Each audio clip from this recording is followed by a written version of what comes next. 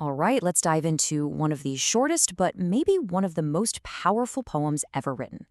We're talking about 9 lines, just 9 lines, where Robert Frost asks a question that humanity has been obsessed with forever. What's our ultimate fate? And there it is. That's the big one.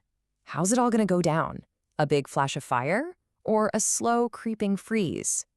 It's this huge, dramatic idea, and it's the perfect place for Frost to start. And here's the poem itself. Just take a look. In this tiny, tiny space, Frost builds this incredible argument about destruction, our emotions, and really human nature itself. So let's break this thing down. So, right out of the gate, Frost doesn't just give us one answer. Nope. He sets up a debate, a choice between two completely different but equally final ways for the world to end. Here are the two sides, right? On one hand, you've got the explosive, all-consuming power of fire. And on the other, you have the quiet, creeping, absolute cold of ice. Now, these are two classic doomsday scenarios. But as you're about to see, Frost isn't really talking about science here. He's talking about the human heart. Let's start with fire. The speaker in the poem immediately picks a side in this debate, and why they do is what makes this poem so genius. It's got nothing to do with astrophysics, it's all about personal experience. And just notice that personal connection. The speaker doesn't say, "I've studied volcanoes," or "I believe in global warming." They say, "I've tasted of desire." All of a sudden, this cosmic, world-ending event is tied to a very raw, very real human feeling. So yeah, fire is clearly a metaphor. We're talking about the kind of desire that just burns everything in its path. You know, that unchecked ambition, lust, greed. It's this active, explosive kind of destruction that comes from just wanting something way too much. And this is why the speaker is so confident. They say, yeah, I'm with Team Fire, because they know from their own life how a burning passion can just tear everything down. It kind of feels like the argument is over. But Frost is just getting started. And this is the pivot. But if it had to perish twice, I mean, what a chilling line. It forces us to look at the other option, ice, not as a runner-up, but as a destroyer that's just as powerful in its own right.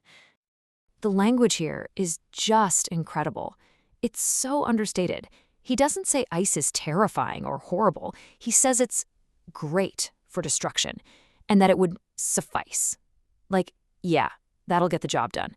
It's this calm, cold, and absolutely terrifying statement. So fire is that hot explosion of passion. Then ice is the slow, creeping cold of hate. It's indifference, it's resentment, it's cruelty. It doesn't burst into flames, it just freezes everything, makes it brittle, and shatters it from the inside. And that's exactly why ice is so dangerous. You can see a fire coming, right? It makes a lot of noise.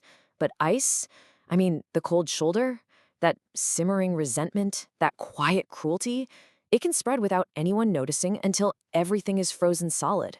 It's just as final, just a lot sneakier. So we've got these two huge forces, fire and ice, and they're tied to two powerful emotions, desire and hate. And this is where we get to the real heart of the poem.